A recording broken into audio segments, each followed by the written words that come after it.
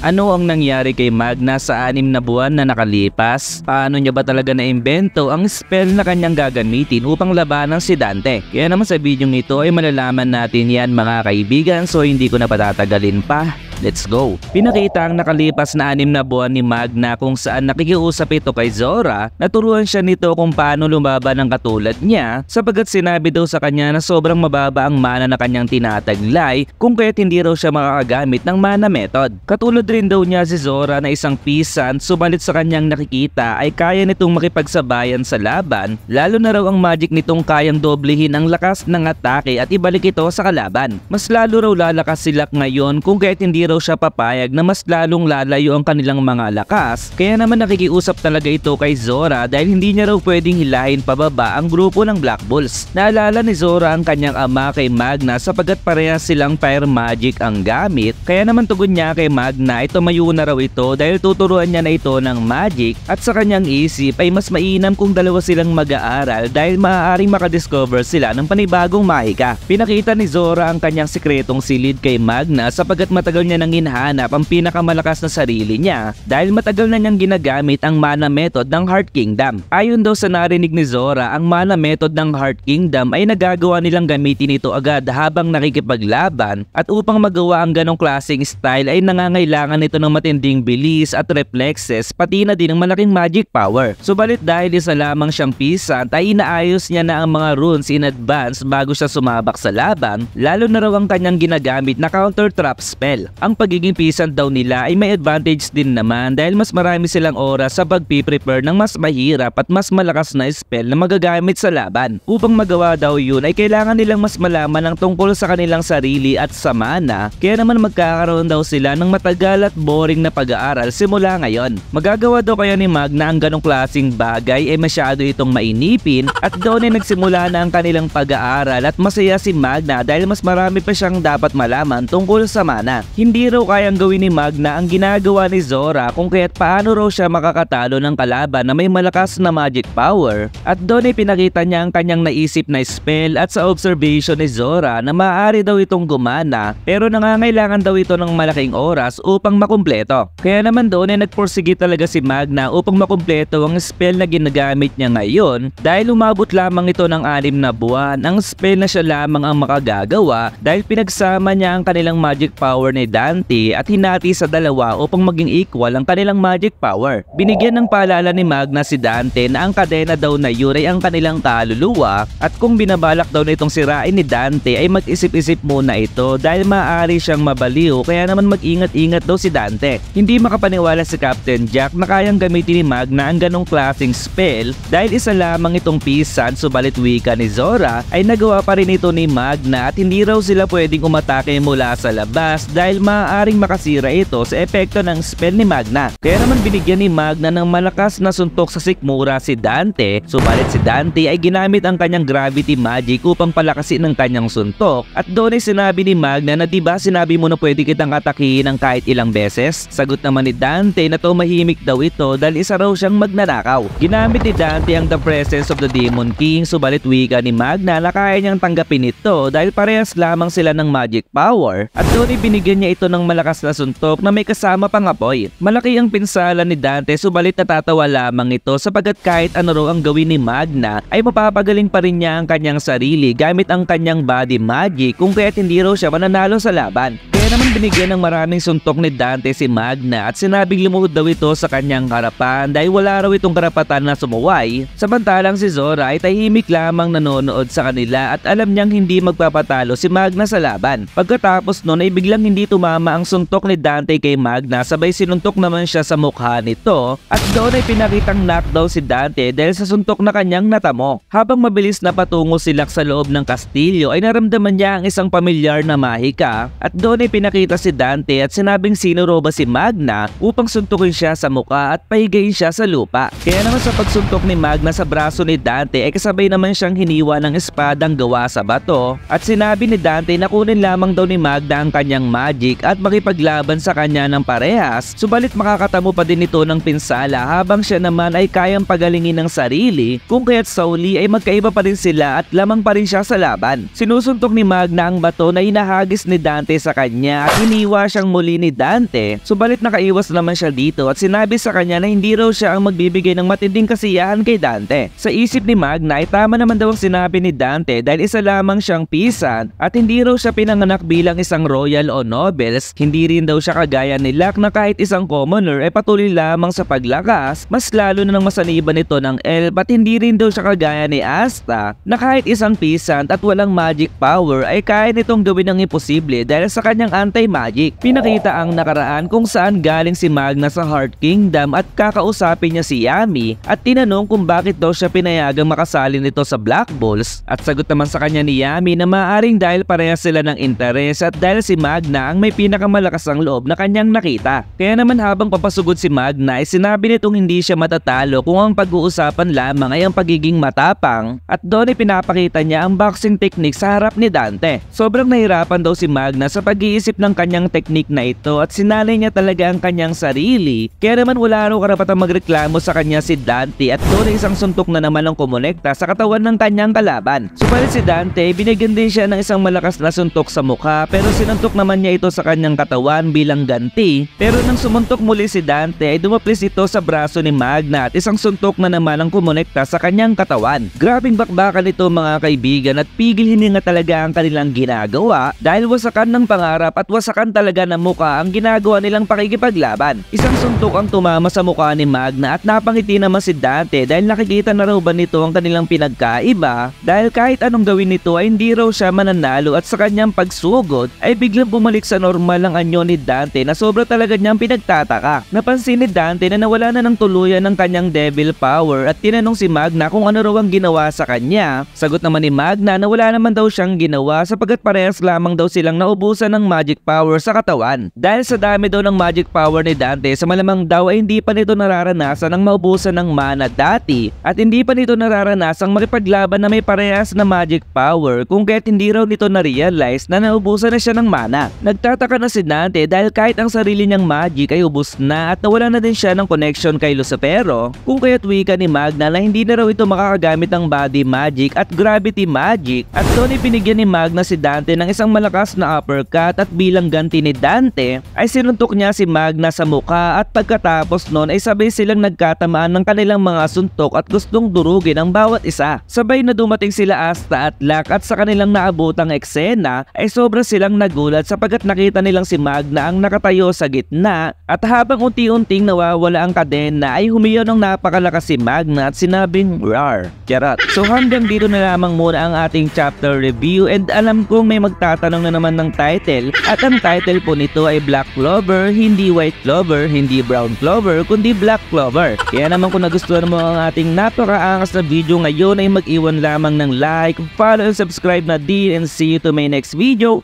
Goodbye!